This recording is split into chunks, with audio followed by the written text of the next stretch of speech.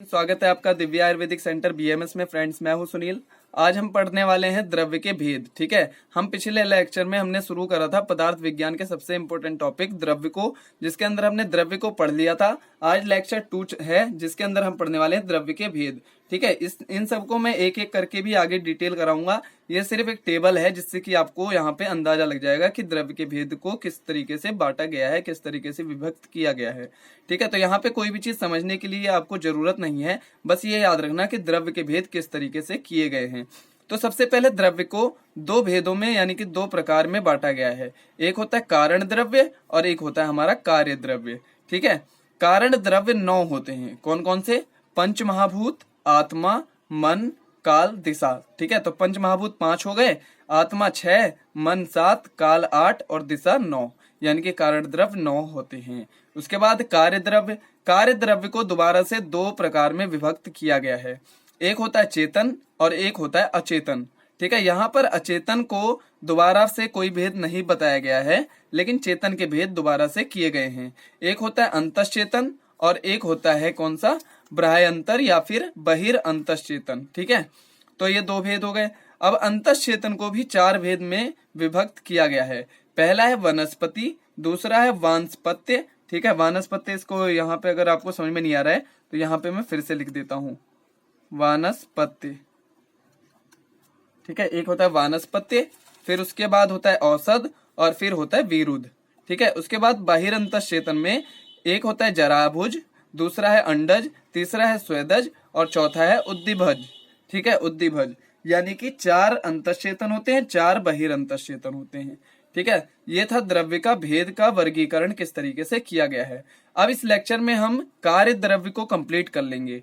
बहुत ही आसान है, बहुत ही छोटा है। कार्य द्रव्य को हम इसी लेक्चर में कंप्लीट कर लेंगे और कारण द्रव्य तो बहुत बड़ा है, तो इसमें थोड़ा सा आगे 2-3 लेक्चर लग जाएंगे। यानी कि एक लेक्चर में पंच महाभूत, उसके बाद अभी तो काफी लेक्चर लेंगे, फिर एक एक महाभूतों को पढ़ेंगे। ठीक है, फिर आत्मा, फिर मन, फिर काल, फिर दिशा। ठीक है, तो लेकिन हम अभी कार्य द्रव्य को कंप्लीट कर लेते हैं इसी लेक्चर में। फ्रेंड्स, ये एक छोटी सी टेबल है, इसी के अंदर आपका कार्य द्रव्य कंप्लीट हो जाएगा। तो हमने पढ़ा था कार्य द्रव्य के 2 भेद होते हैं, एक चेतन और एक अचेतन। ठीक है, तो यहाँ पे चेतन का मतलब है कि वह द्रव्य जिनके अंदर जीवन मौजूद रहता है। ठीक है, जिसमें जीवन के लक्षण दिखाई देते हैं। और अचेतन मतलब होता है जिसमें जीवन के लक्षण नहीं पाए जाते, यानी कि इनके अंदर जीवन नहीं होता है, और चेतन मतलब इनके अंदर जीवन होता है। ठीक है, उसके बाद देखेंगे चेतन को हमने 2 भाग में विभक्त किया था।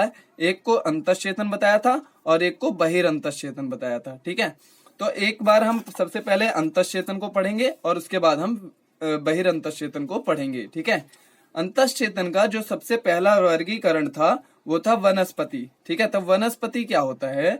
वनस्पति में केवल फल उत्पन्न होते हैं, यानी केवल फल आते हैं, और इसका एग्जाम्पल है वट और पीपल। ठीक है, दूसरा है वानस्पत्य। वानस्पत्य के अंदर फल और पुष्प दोनों आते हैं, और इसका एग्जाम्पल है आम और जामुन। उसके बाद है विरुद्ध। विरुद्ध के अंदर इनकी लताएं होती हैं। ठीक है, और इनका एग्जाम्पल है गिलोय और अंगूर। ठीक है, इसके बाद हमारा जो चौथा है वो है औषध। ठीक है, औषध क्या है? तो फल पकने पर जो औषधि स्वयं नष्ट हो जाए उसे औषध कहते हैं। एग्जाम्पल है इसका जौ, गेहूं और चावल। ठीक है, ये थे 4 भेद अंतश्चेतन के। अब हम देखेंगे 4 भेद बहिरंतश्चेतन के। ठीक है, तो बहिरंतश्चेतन के 4 भेद क्या है?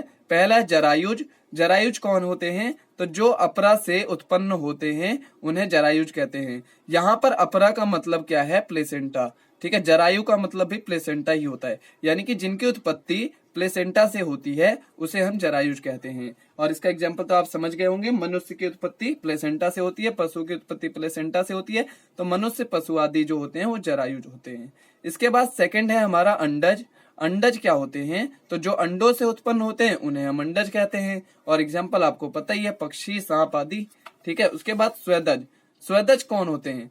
तो जो पसीने से उत्पन्न होते हैं। ठीक है, इन्हें हम पसीने से भी कह सकते हैं, या फिर मल भाग से जो उत्पन्न होते हैं उन्हें हम बोलते हैं स्वेदज। जैसे कि कृमि। कृमि मतलब हो गए कीड़े, और कीट मतलब भी एक तरीके से वही हो गए जो रोग फैलाने वाले कीड़े होते हैं ना, जैसे कि हम कह सकते हैं मच्छर वच्छर टाइप में, उन्हें कीट कहते हैं। तो ये सारे किससे पैदा होते हैं? स्वेदज से, स्वेद से, यानी कि पसीने से या फिर मल भाग से।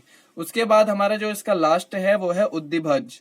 उद्दीभज कौन होते हैं? तो जो भूमि के भीतर से उत्पन्न होते हैं, यानी कि जो अवसर पाकर पृथ्वी को फाड़कर बाहर निकलते हैं, उन्हें उद्दीभज कहते हैं। और इसका एग्जाम्पल है केचुआ।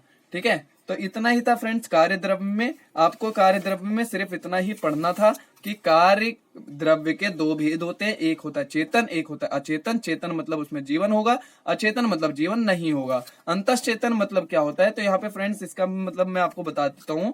अंतश्चेतन मतलब इनके अंदर चेतना तो होगी, यानी कि जीवन तो होगा, लेकिन ये अपनी संवेदना को किसी को बता नहीं सकते।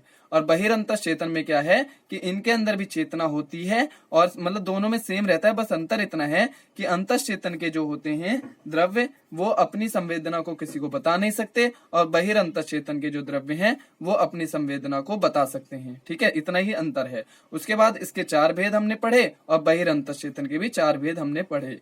तो उसको आप वीडियो से दोबारा पढ़ लेना अगर आपको एक बार में समझ में ना आए तो, और कोई दिक्कत हो तो आप मुझे कमेंट बॉक्स में बता सकते हैं। ठीक है फ्रेंड्स, और नोट्स चाहिए तो आप मुझे व्हाट्सएप पर मैसेज कर सकते हैं। तो चलिए फ्रेंड्स, मिलते हैं नेक्स्ट सेशन में, और उसमें हम पढ़ने वाले हैं क्या? कारण द्रव्य। ठीक है, तो टेक केयर फ्रेंड्स। अगर वीडियो अच्छी लगी हो तो लाइक जरूर करना, कमेंट करके जरूर बताना, और अगर आपने चैनल को सब्सक्राइब नहीं किया है तो चैनल को सब्सक्राइब भी जरूर करना। तो मिलते हैं फ्रेंड्स नेक्स्ट सेशन में। Take care.